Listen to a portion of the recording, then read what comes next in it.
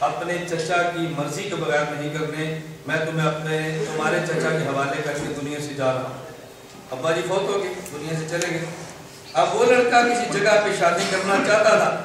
چچا جی نے فرمایا کہ بیٹا اس جگہ نکاح نہیں کرنا, اس خاندان کا پس منظر بیک گراؤنڈ ہم جانتے ہیں کہ ہمارے نقصان دہ ہیں, ہماری فیملی کے لیے مفید نہیں ہے, تم جذبات کی اندر بہ رہے ہو, بیٹا اس بات کو سمجھو. بیٹا جو آپ کہہ دیتا ہے زندگی میں نے گزارنی ہے یا آپ نے گزارنی ہے, میں اپنے مسائل مستقبل سمجھتا ہوں یا آپ سمجھتے ہیں, یہ جذبات کی بات کرتا ہے. اور چچا جذبات کی بات نہیں کرتا, وہ ان جذباتیت کے مراحل سے گزر چکا ہے. وہ اور زاویے سوچتا ہے, لڑکا اور زاویے سوچتا ہے. جب بات چلتی رہی بالآخر لڑکا کہتے چلو میں آپ کی بات مانتا ہوں, اگر میں نہیں مانتا تو میں بحیثیت مسلمان آپ سے بات کرتا ہوں, آپ کی بات نہ ماننے کا گناہ ہوگا. اللہ مجھ سے پوچھے کہ تم نے بات کیوں نہیں مانی. ابا آج چچا جی آپ ایسا کرو, قرآن کریم کھول لو اور مجھے قرآن سے دکھا دو, اگر کہ قرآن کریم میں اللہ نے فرمایا ہو کہ چچا کی بات نہ ماننے کا گناہ ہوتا ہے تو میں آپ کی بات مان لیتا ہوں. اگر قرآن میں نہیں ہے تو پھر میں آپ کی بات نہ مان لوں, چلو میری زندگی جیسے گزرے گی, آخرت میں تو مجھے کوئی گناہ نہیں ہوگا نا. یہ شخص قرآن کا عالم تو نہیں تھا, قرآن کا مفسر تو نہیں تھا, لیکن سمجھدار بہت تھا. اس نے اس بچے کو پکڑا اور کہا کہ میں عالم نہیں ہوں, یہ مولانا صاحب سے مسئلہ پوچھ لے. مولانا صاحب سے پوچھا کہ ہمارے گھر کا یہ مسئلہ ہے, آپ ذرا بیٹے کو سمجھائیں. اب مولانا صاحب نے فرمایا کہ تمہارے جو گھر کے حالات اس وقت میں بات نہیں کرتا, لیکن جو شریعت نے سوال کیے میں اس کا جواب دیتا ہوں.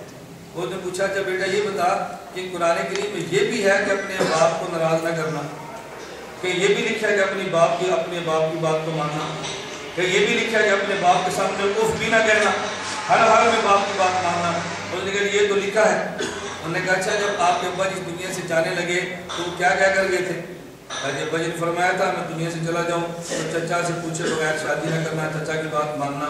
تو انہوں نے کہا جب ابا جی فرما کر گئے تھے آپ نے چچا کی بات مانی تو ابا جی کی مانی, اگر چچا کی نہیں مانی تو ابا جی کی نہیں مانی, تو ابا جی کو ماننی, ابا جی کی بات نہ مانے تو گناہ ہوتا ہے نا.